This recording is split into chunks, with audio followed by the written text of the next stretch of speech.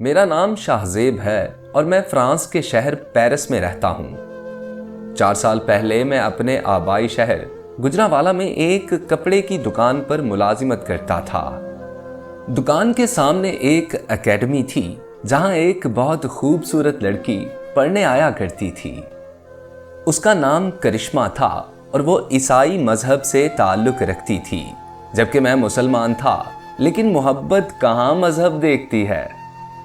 मुझे उस लड़की से सच्ची मोहब्बत हो गई थी, लेकिन मैं उससे बात करने से डरता था। फिर वो एक दिन एकेडमी के बाद दुकान पर आई और कहने लगी, मुझे आपका फ़ोन नंबर चाहिए। मैंने उसे अपना फ़ोन नंबर दे दिया और वो मुस्कुराते हुए वहां से चली गई। घर जाकर उसने मुझे कॉल की और बताया कि वो मुझे पसंद करने लगी है।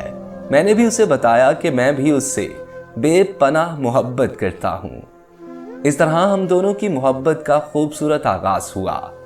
वो एकेडमी के बाद मेरी दुकान पर आ जाती और हम दोनों घंटों आपस में बातें करते रहते।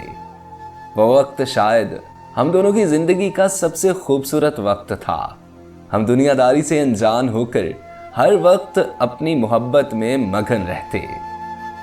हम दोनों को लगता था कि दुनिया की कोई ताकत हम दोनों को अलग नहीं कर सकती, लेकिन हम इस बात से अनजान थे कि ये दुनिया कभी भी दो प्यार करने वालों को एक नहीं होने देती। फिर अचानक उसने एकेडमी आना बंद कर दिया और उसका नंबर भी बंद हो गया। उसका पता करने मैं उसके मोहल्ले चला गया, लेकिन उसका किसी से कुछ पता नहीं चला। फिर मेरी दुकान के मालिक ने मुझे बताया कि उसने करिश्मा का पता करवाया है। करिश्मा किसी और से मोहब्बत करती थी और उसके साथ भाग गई है।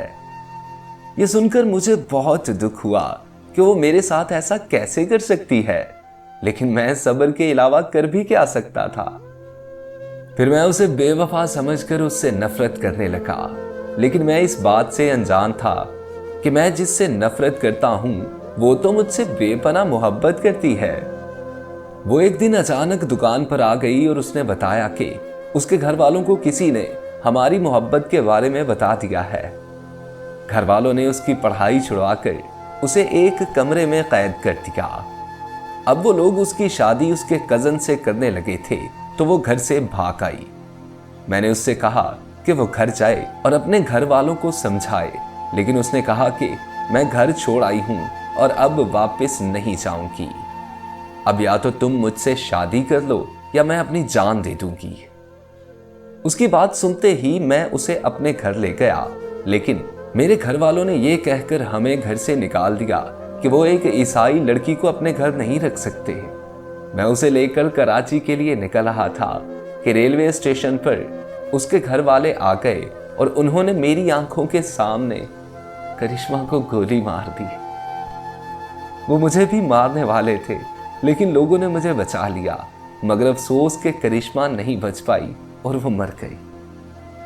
करिश्मा की मौत के बाद उसके घर वालों ने मुझ पर पुलिस केस कर दिया कि मैंने करिश्मा को अगवा करके उसको कत्ल कर दिया है। तब मैं करिश्मा की मौत का बदला लेना चाहता था, लेकिन मेरी उम्र 18 साल से कम थी और कम उम्र होने की वजह से कोई मेरी बात पर यकीन करने के लिए तैयार ही नहीं था। सब यही समझते थे कि मैंने ही करिश्मा का कत्ल किया है। यहाँ तक कि मेरे घर वाले भी मुझे ही कातिल समझते थे। मेरी जिंदगी में जो कुछ भी हो रहा था उसका जिम्मेदार मेरा दुकान मालिक था। उसने करिश्मा के घर कॉल करके हमारी मोहब्बत का बताया था। पुलिस और करिश्मा के घर वाले मुझे ढूंढ रहे थे और मुल्क छोड़ने के अलावा मेरे पास कोई रास्ता नहीं बचा था। फिर मेरे कराची के दोस्त ने मेरी मदद की और मैं गैर कानूनी तौर से फ्रांस के शहर पेरिस पहुंच गया। मैं अपने दुकान मालिक से और करिश्मा के घर वालों से करिश्मा की मौत का बदला तो नहीं ले पाया, लेकिन मैंने अपना बदला खुदा पर छोड़ दिया है। अल्लाह उन्हें जरूर सजा देगा।